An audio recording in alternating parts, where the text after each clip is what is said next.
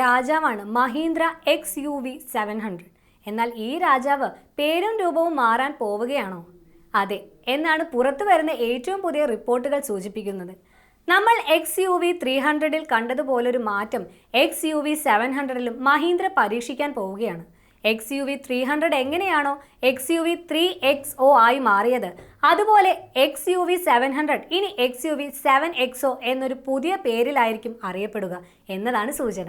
മഹീന്ദ്ര ഈ പേര് trade mark ചെയ്തതും പരീക്ഷണയോട്ടം നടത്തുന്ന വണ്ടികളിലെ മാറ്റങ്ങളും വിരൽ ചൂണ്ടുന്നത് ഇതിലേക്കാണ്. 2026ന്റെ തുടക്കത്തിൽ തന്നെ ഈ വാഹനം പ്രതീക്ഷിക്കാം. എന്തൊക്കെയാണ് മഹീന്ദ്ര ഒളിപ്പിച്ചു വെച്ചിരിക്കുന്ന മാറ്റങ്ങൾ നമുക്ക് നോക്കാം. ആദ്യം തന്നെ ആ പേരിന്റെ കാര്യം, XUV7XO. മഹീന്ദ്ര ഔദ്യോഗികമായി ഇത് സ്ഥിരീകരിച്ചിട്ടില്ലെങ്കിലും ട്രേഡ് മാർക്ക് ഫയലിംഗുകൾ നൽകുന്ന സൂചന ശക്തമാണ്.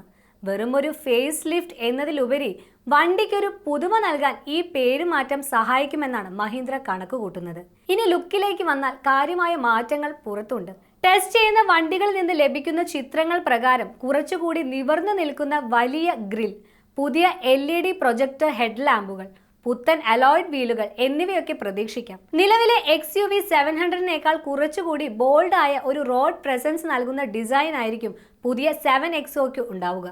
ഉള്ളിലെ സൗകര്യങ്ങളുടെ കാര്യത്തിൽ മഹീന്ദ്ര പിശുക്ക് കാണിക്കില്ല.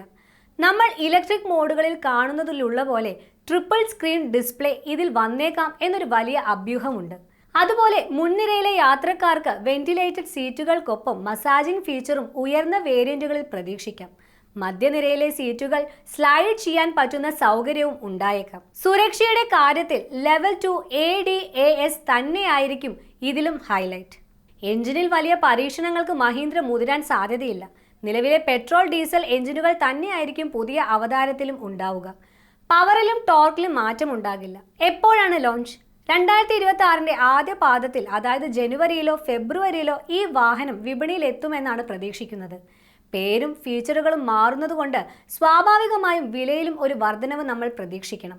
നിങ്ങൾ ഇപ്പോൾ ഒരു XUV700 എടുക്കാൻ പ്ലാൻ ചെയ്യുന്നുണ്ടെങ്കിൽ കുറച്ച് മാസം കൂടി കാത്തിരിക്കുന്നത് ബുദ്ധിയായിരിക്കും. കാരണം വരുന്നത് വെറും ഒരു മുഖമിനുക്കൽ മാത്രമല്ല, വമ്പൻ മാറ്റങ്ങളുമായാണ് XUV7XO എത്തുന്നത്.